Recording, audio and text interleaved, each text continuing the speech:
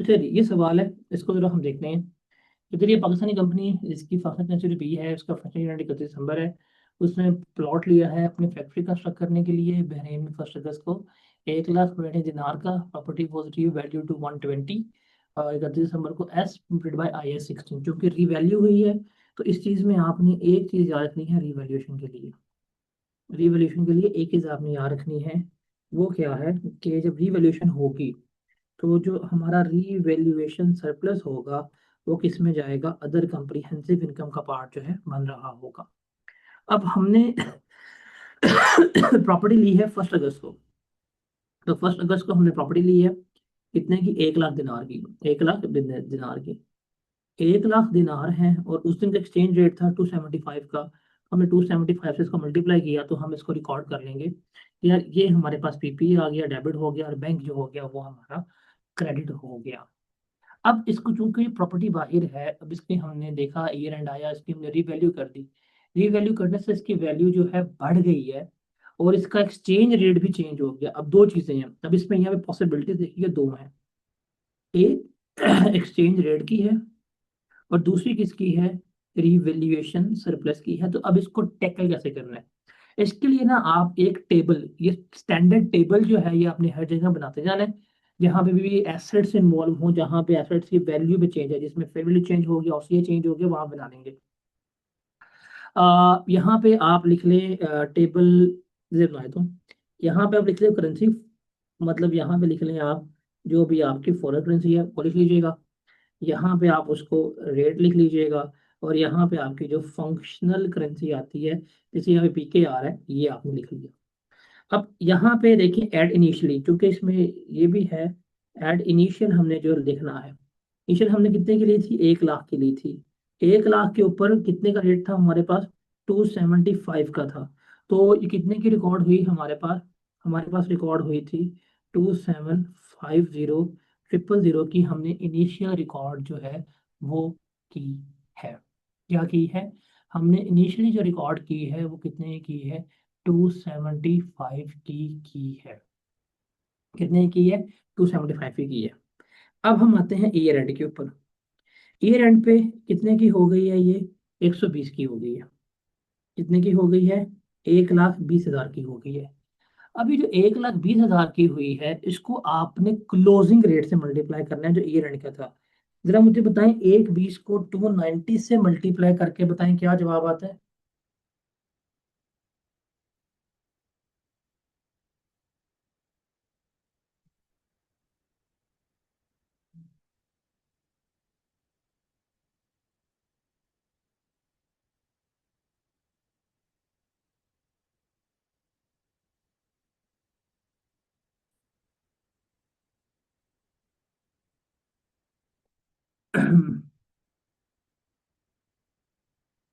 34, closing return चाहिए इसका, 34800 that should be the closing rate. इस पे हमने क्या करना है, इसको रिकॉर्ड करना है। अब ओपनिंग 2750 की थी, क्लोजिंग मेरे पास कितने की हो गई है, 3480 की होगी। अब गेन आया, गेन तो आया ना। जरा मुझे बताएं, जरा मुझे बताएं, ये 2750 का और 3480 का डिफरेंस लें, कितना गेन आया है, how much is the gain.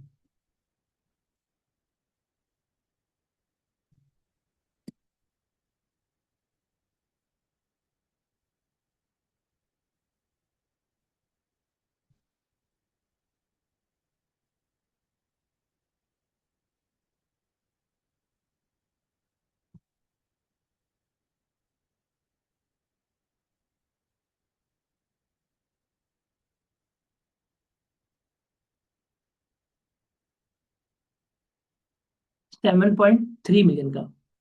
अब ये 7.3 मिलियन का गेन आया ना, इसमें दो फैक्टर्स हैं। एक इसमें गेन वो है जो रीवैल्यूएशन सरप्लस की वजह से आया है, और एक इसमें वो गेन है जो एक्सचेंज रेट की वजह से आया है। तो ये दो चीजें जो हैं वो इसमें, अब हमने कैसे डिफरेंशिएट करना है, गेन तो 7.3 मिलियन का है। अब 100 की थी तो हमारे पास रीवैल्यूएशन हुई है, हम यहाँ पे ले लेंगे रीवैल्यूएशन। सरप्लस आया कितने का? 20,000 का। तो इस 20,000 को आप, क्योंकि वो ईयर एंड के ऊपर हुई है, स्टेट पे की है, ये जो 20,000 का गेन आया है इसको 290 से मल्टीप्लाई करें, क्या आता है आंसर?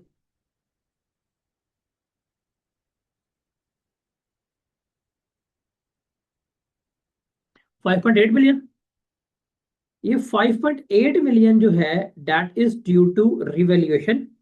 और जो डिफरेंशियल आया है, जो डिफरेंशियल आया है वो एक्सचेंज रेट की वजह से आया है।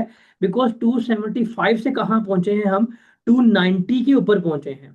तो 275 से पहुंचे हैं हम 290 पे। 15, 15 इंटू, ये बनेगा हमारे पास,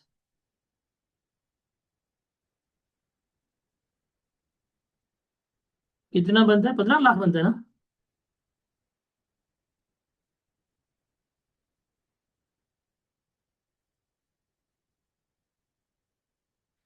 जो एक्सचेंज रेट की वजह से गेन आया है वो हमारा कितना है? 1.5 मिलियन का आया है। तो हमें पता होना चाहिए कि जो 7.3 मिलियन का गेन आया है, इसमें से जो रीवैल्यूएशन सरप्लस की वजह से आया है वो 5.8 का है।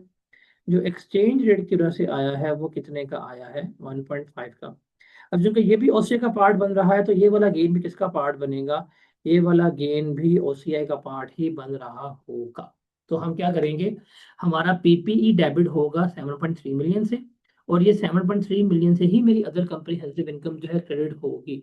बट मुझे पता होना चाहिए कि इसमें एक्सचेंज कितना था और रीवैल्यूएशन की वजह से कितना आया है। ये चीज मुझे पता होनी चाहिए। अगर ये नहीं, क्योंकि वो पेपर में आपसे एमसीक्यूज पूछ सकता है कि आप मुझे बताएं कि ये सिनेरियो है, इसमें से एक्सचेंज गेन कितने हैं। तो अगर आप 7.3 मिलियन को ही एक्सचेंज गेन लिख के आ जाएगा तो आपका जवाब गलत हो जाएगा। वो पेपर में पूछ सकता है, बताएं जी इसमें से रीवैल्यूएशन सरप्लस की वजह से कितना गेन आया है। तो आप अगर 7.3 लिखेंगे तो जवाब गलत हो जाएगा। तो you should differentiate between what is due to exchange and what is due to revaluation surplus. Is it clear?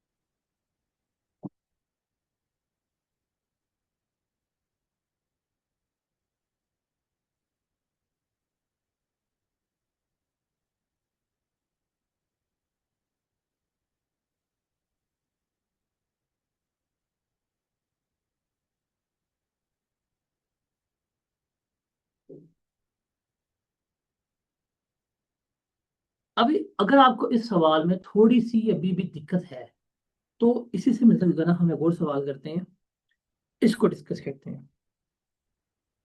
फिर इसका हम टेबल बनाएंगे, इसको फिर देखेंगे क्या है और क्या नहीं है, इसको देखते हैं। तो देखिए, पाकिस्तानी कंपनी जिसका रुपया जो है फंक्शनल करेंसी है, और फाइनेंशियल ईयर का दिसंबर है, प्रॉपर्टी उसने ली है बहरेन में 1 अगस्त को। प्रॉपर्टी को कैपिटल एप्रिसिएशन के लिए रखा हुआ है और उसका इन्वेस्टमेंट प्रॉपर्टी है। अब जो इन्वेस्टमेंट प्रॉपर्टी है तो इस पे जो फेयर वैल्यू गेन होगा, IAS 40 का जो है वो प्रॉफिट एंड लॉस अकाउंट का पार्ट बनेगा। इसका पार्ट बनेगा प्रॉफिट एंड लॉस अकाउंट का पार्ट बनेगा फेयर वैल्यू गेन। इसका पार्ट बनेगा प्रॉफिट एंड लॉस अकाउंट का पार्ट जो है बन रहा होगा फेयर वैल्यू गेन। ओके।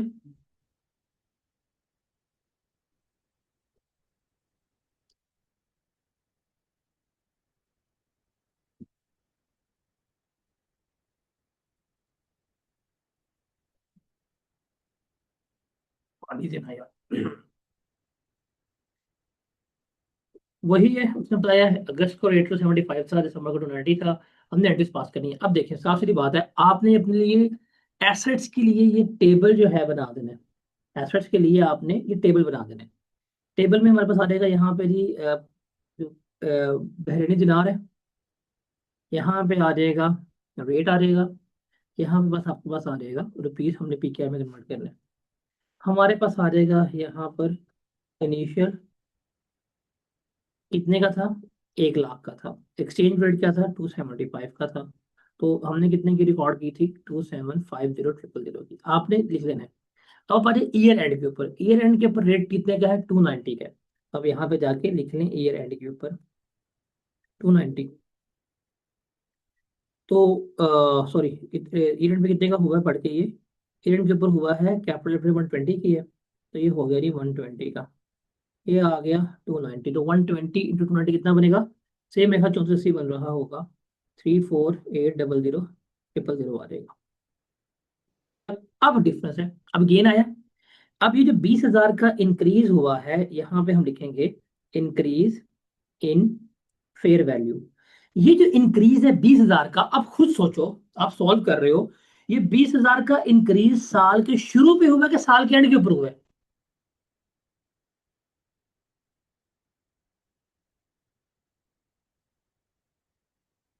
साल के शुरू पे हुआ, साल के एंड के ऊपर हुआ है, साल के एंड के ऊपर हुआ है। किसके ऊपर हुआ है, साल के एंड के ऊपर हुआ है। तो जब साल के एंड के ऊपर हुआ है, तो जो साल के एंड का एक्सचेंज रेट है वो आपने इसके ऊपर लगाना है। ये एक छोटा सा पॉइंट है, लेकिन जब आप सीफएफ में जाएंगे तो आपका दिमाग खराब कर रहा, तो ये निकल के पॉइंट जो है आपको तंग करते हैं। यहाँ पे भी करेंगे, जब हम जाके फाइनेंशियल इंस्ट्रूमेंट्स पढ़ रहे होंगे वहां पे भी पॉइंट आपको मिल रहा होगा। पास्ट पेपर में टेस्टेड नहीं है लेकिन होता है। आप कल को अगर आपका मूड होता है कि आप एसीसी भी चले जाते हैं, और आप अगर जाके वहाँ पे फाइनेंशियल रिपोर्टिंग पढ़ते हैं या स्ट्रेटेजिक बिजनेस रिपोर्टिंग पढ़ेंगे, तो वहां पे तो मोस्ट फ्रिक्वेंटली ये चीजें आ रही होती है। तो आप इसको एक्सचेंज रेट को डिफरेंस करेंगे, मल्टीप्लाई करेंगे क्लोजिंग से। तो जब इस 20,000 को 290 से मल्टीप्लाई किया, तो ये जो 5.8 मिलियन का इंक्रीज आया है, ये आया है वैल्यू बढ़ने की वजह से।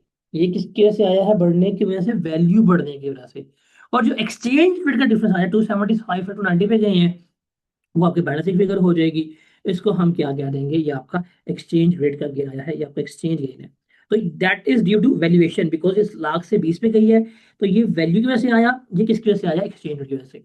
जब हम इसकी एंट्रीज पास करेंगे, तो एंट्रीज तो हमने इसकी कंसोलिडेटेड पास करनी है, हमने इसकी इंडिपेंडेंट एंट्रीज पास नहीं करनी। जब हमने प्रॉपर्टी ली है, हम चूंकि इन्वेस्टमेंट प्रॉपर्टी है, इन्वेस्टमेंट प्रॉपर्टी हम डेबिट कर देंगे। जब हमने इनिशियली ली थी 2750 की, उससे हम इसको डेबिट कर देंगे। और बैंक जो है उसको हम क्या कर देंगे, 2750 से क्रेडिट जो है वो कर देंगे। और 31/12 पे जब हमारा ईयर एंड हुआ, अब हमारी इन्वेस्टमेंट प्रॉपर्टी की वैल्यू बढ़ गई है, इन्वेस्टमेंट प्रॉपर्टी हमारी डेबिट हो जाएगी। ये 72 से 7.2 से हम इसको क्या करेंगे, डेबिट करेंगे। लेकिन अब ये जो प्रॉफिट है कहाँ जाएगा, जो एक्सचेंज जो गेन आया है, ये किसका पार्ट बनेगा, प्रॉफिट एंड लॉस अकाउंट का पार्ट बनेगा। आपने पेपर में शायद ये वाली एंट्री पास करनी हो, बट वो अगर आपसे एमसीक्यूज में पूछे, और अगर नहीं ये कंफर्म पूछता है, अब उसको पूछना भी चाहिए, बिकॉज आपका पेपर का नाम है फाइनेंशियल अकाउंटिंग एंड रिपोर्टिंग है, का नाम कॉर्पोरेट रिपोर्टिंग है। तो इसका डिफिकल्टी लेवल, कम्प्लेक्सिटी लेवल वो है जो आज से कुछ अर्सा पहले सीफए 1 का होता था। तो आपको उस तरह के question as it is expected है, और इवन अभी रिसेंट जो पेपर में उसने सीफएफ का सवाल भी डाला हुआ है पेपर में, तो ये होना चाहिए आपको यहाँ पे पता होना चाहिए कि यार ये 72 लाख का जो गेन आया, अगर वो एमसीक्यू से पूछे कि बताइए इसमें से एक्सचेंज कितना, तो एक्सचेंज रेट का जो डिफरेंशियल है वो 15 लाख का है। बाकी जो है वो किसकी वजह से आया है, बाकी आया है फेयर वैल्यू की वजह से। तो you should be able to write this thing. Is it clear.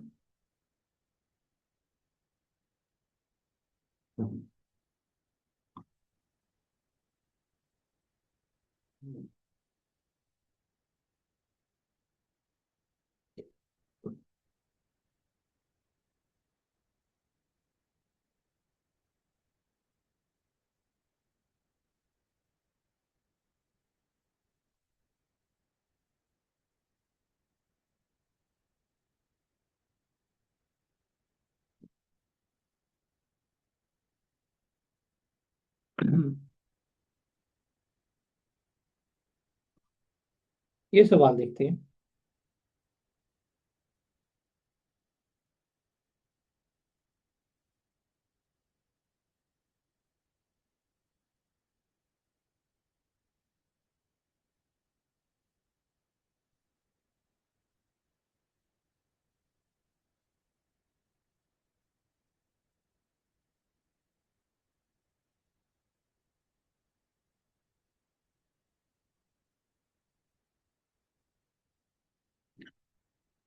That is a great question, and this question is also in the past paper.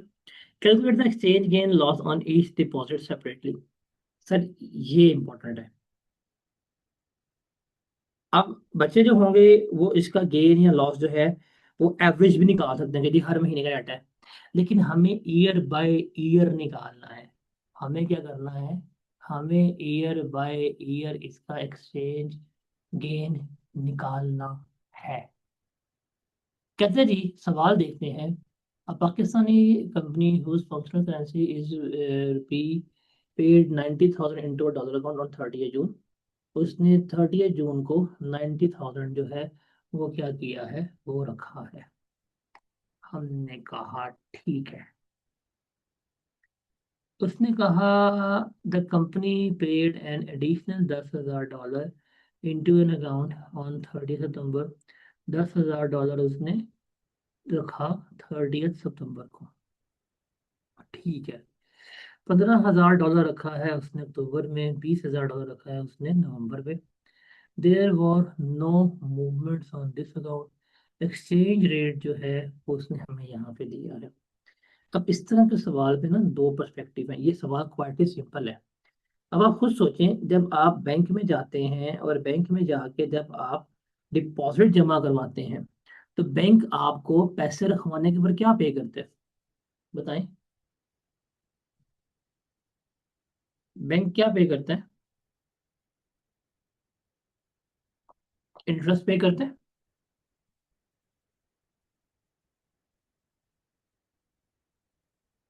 तो जो कि यहाँ पे इंटरेस्ट की वर्किंग नहीं है, अगर इंटरेस्ट की वर्किंग होती तो वो सवाल थोड़ा सा मजीद कम्प्लेक्स हो जाना था।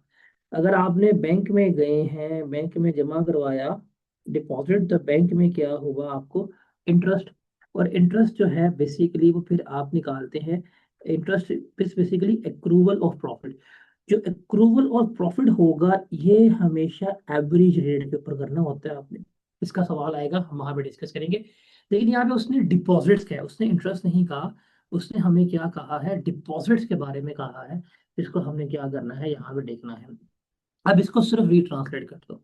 इसके लिए भी टेबल सा बना लो, उस टेबल पे बस वैल्यूज को पुट ऑन करो और you will get the answer. यहाँ पे आपके पास जो करेंसी है वो ले लें, डॉलर। यहाँ पे ले लें आप RATE। यहाँ पे आपकी जो करेंसी है वो ले लें, डेट इज RS रुपीज। अब देखिए इनिशियल डिपॉजिट कितने करवाए हैं आपने, साथ साथ जो जो उसने बात कही है ना वो लिखते जाएं आप लोग सवाल में। उसी को लिखिए, $90,000 जमा करवाए हैं। जिस दिन कराया था उस दिन रेट था 160 का। तो 90 × 160 कितना बनता है, 90 400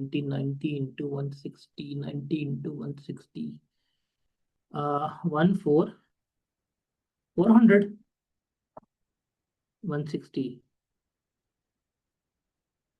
देखिएगा यही बनता है।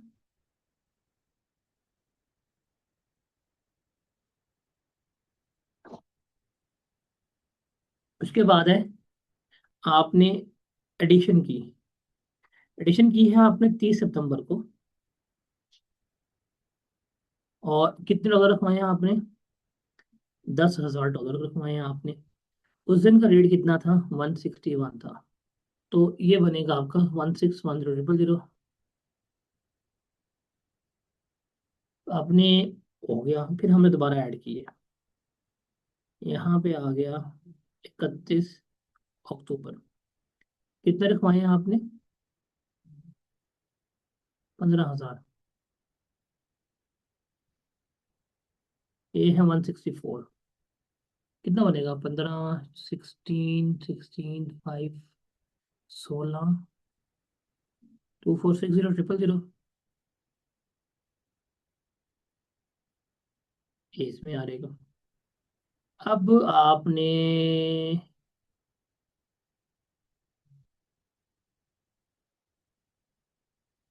30 नवंबर को 20,000 हुआ है।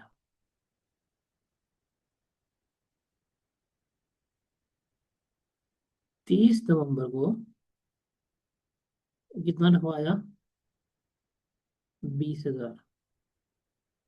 कितना हुआ, 165 के हिसाब से 3.3 मिलियन।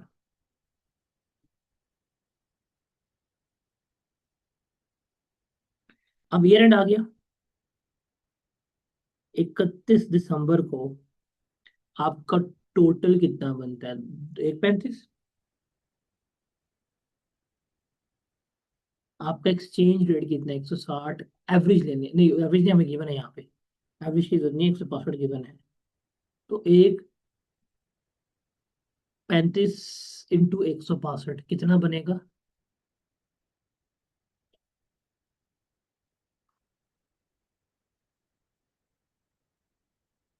21,870,000।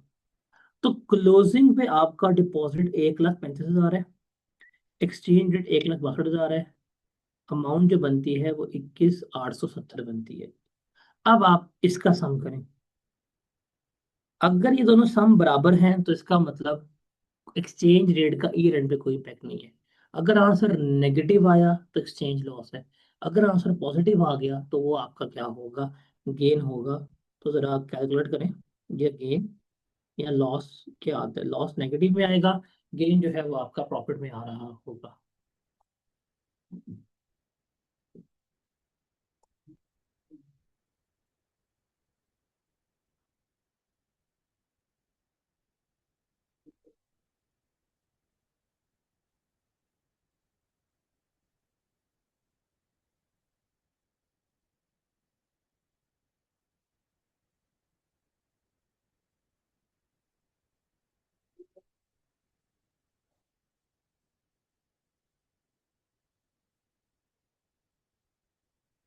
तो इसका सम बनता है 21,770, और ये है 21,870। तो बैलेंस करेंगे लाभ से, तो इसका मतलब हमारे पास ये एक्सचेंज गेन जो है वो आ रहा है।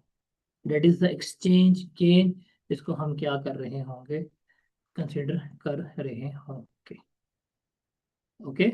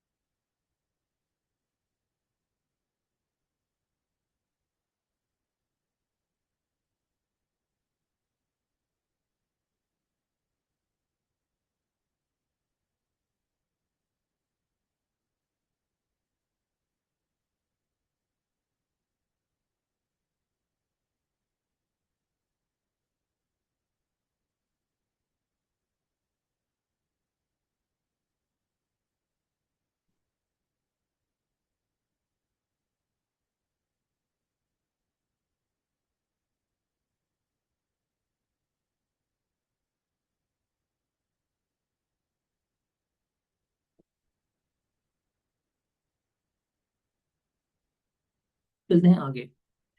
एक्सचेंज रेट के अच्छा, जो हमने यहाँ पे इंटरेस्ट की कैलकुलेशन करनी है बेसिकली।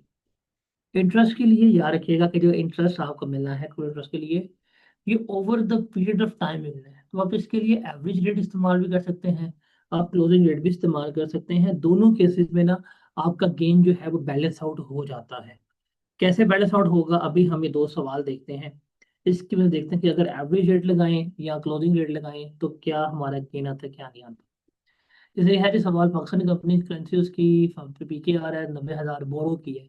अब बोरो की है तो इसने ये लोन लिया हुआ है, उधार लिया हुआ है। ठीक है। इंटरेस्ट जो है 10,000 का ईयर एंड के ऊपर है, दो मूवमेंट है। एक्सचेंज रेट उसने हमें दी है 30, उनको ये था। एवरेज रेट 161 था। 31 दिसंबर को रेट 162 था। Calculate the amount to be recognised profit and loss using average rate. Using average rate approach, आपने इसको एवरेज रेट से क्या करना है, लेके चलना है। आखिरी बात है, हमने कराए 90, 90 लिए थे, 10 का सूद पे करना है, तो 100 हमें क्या करना है? पे करना है। तो जो 90 है उसको तो हम रिकॉर्ड करेंगे यहाँ पे, इनिशियल जो रेट था डेट वो 30 जून का 160 पे लिए थे, वो रिकॉर्ड हो जाएगा। अब जो कि उसने कहा है इंटरेस्ट जो है उसको आपने एवरेज के से लेके चलना है, तो एवरेज रेट रहा है पूरे साल का 161। तो जो इंटरेस्ट पे आपने पे करना है वो आ जाएगा 10,000 रुपये का।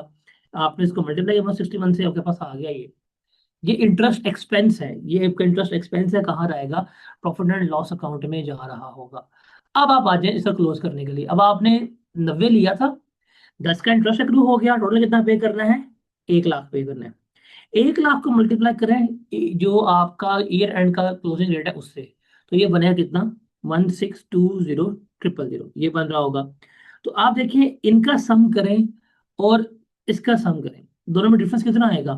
दोनों में डिफरेंस 190 का आएगा। इसका मतलब हमें 190 इजाफा के पे करना पड़ रहा है। 190 हमें बेसिकली क्या करना पड़ रहा है? इजाफी जो है वो पे करना पड़ रहा है। ये इजाफी हमें क्यों पे करना पड़ रहा है? बिकॉज हमारा एक्सचेंज रेट जो है वो चेंज हो गया। तो ये आपका क्या बनेगा? एक्सपेंस फॉर द पीरियड बन रहा होगा। Is it clear?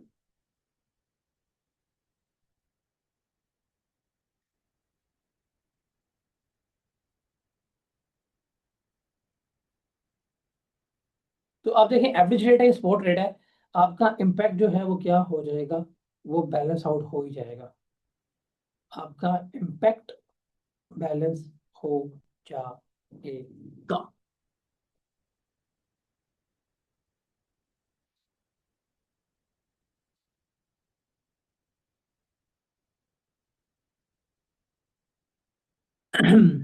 अगर किसी को समझ नहीं आई तो जरा ध्यान से देखिएगा। 90 का लोन, 10 का इंटरेस्ट, कितना पे करना है? 100 पे करना है। ये 100 आपने पे करना है। आप लगाए यहाँ पे क्लोजिंग रेट। क्लोजिंग रेट है 162। तो 162 के हिसाब से आपने कितना पे करना होगा? 16,200 जो है वो क्या करना पड़ा होगा? पे करना पड़ा होगा। यही है, यही पे करना पड़ेगा ना। क्लोजिंग रेट के मुताबिक तो आपको ये पे करना पड़ेगा। अब जब आपने इनिशियल लिया था, 90 लिया था आपने किसके ऊपर? 160 के ऊपर। तो 160 टू 90 बनेगा आपके पास 14,400। जब आपका इंटरेस्ट एक्रू हुआ, उसने खुद कह दिया इंटरेस्ट के लिए एवरेज रेट इस्तेमाल करो। तो 10 का इंटरेस्ट था, आपका एवरेज रेट कितना बनता है? 161 है। तो ये कितना बनता था? 16100। कितना पे करना पड़ना था हमें अगर ये होता?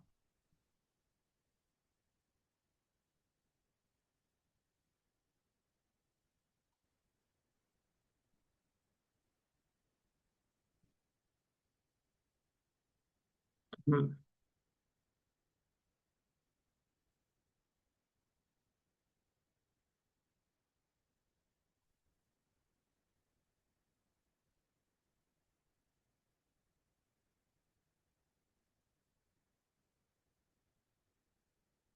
14,400 जमा 16,10। 14,400 जमा 16,10, सॉरी, एक जीरो मैंने यहाँ पे एक्स्ट्रा लगाया है।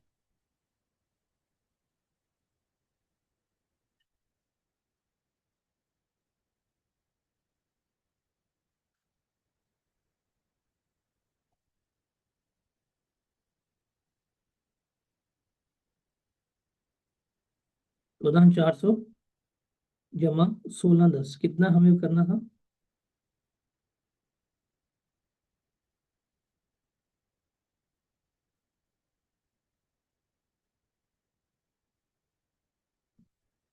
16,010 ये बनता था हमारा अगर हम करते। लेकिन अब हमें कितना पे करना पड़ रहा है?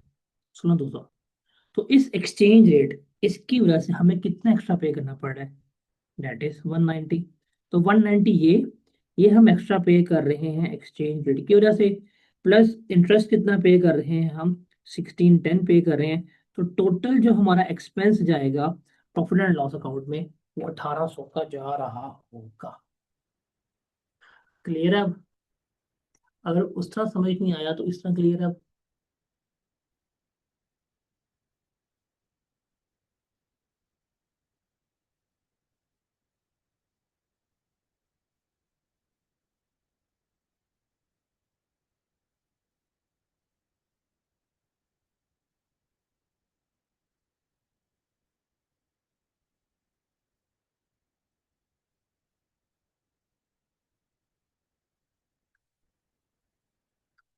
अब इसको देखते हैं, सेम क्वेश्चन।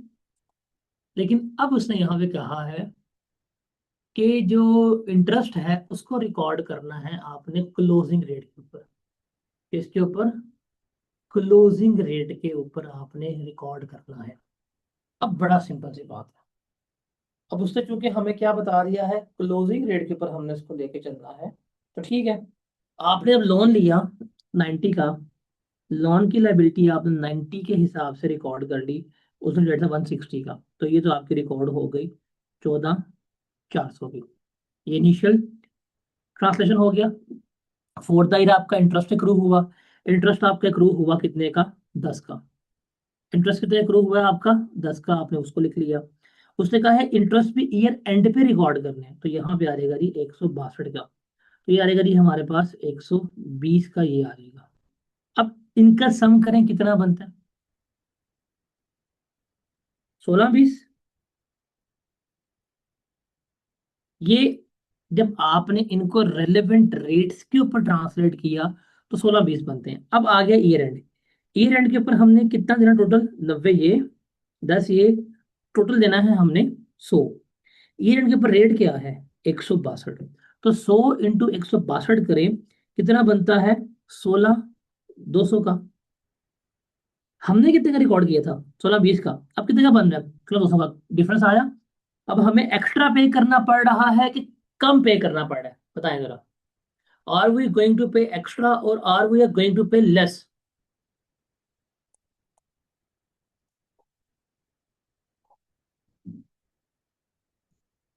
तो if we are going to pay more, is it expense और बेनिफिट? एक्सपेंस होगा ना। तो 180 से एक्सपेंस है। इसको हम, ये किसकी वजह से हुआ है? ये हमारा एक्सचेंज लॉस आ जाएगा। ठीक है जी।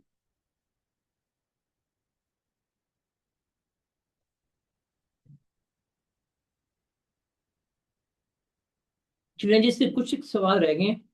2 3 पास पेपर, एक रिसेंट टाइम का पास पेपर है, वो फिर हम कल करते हैं।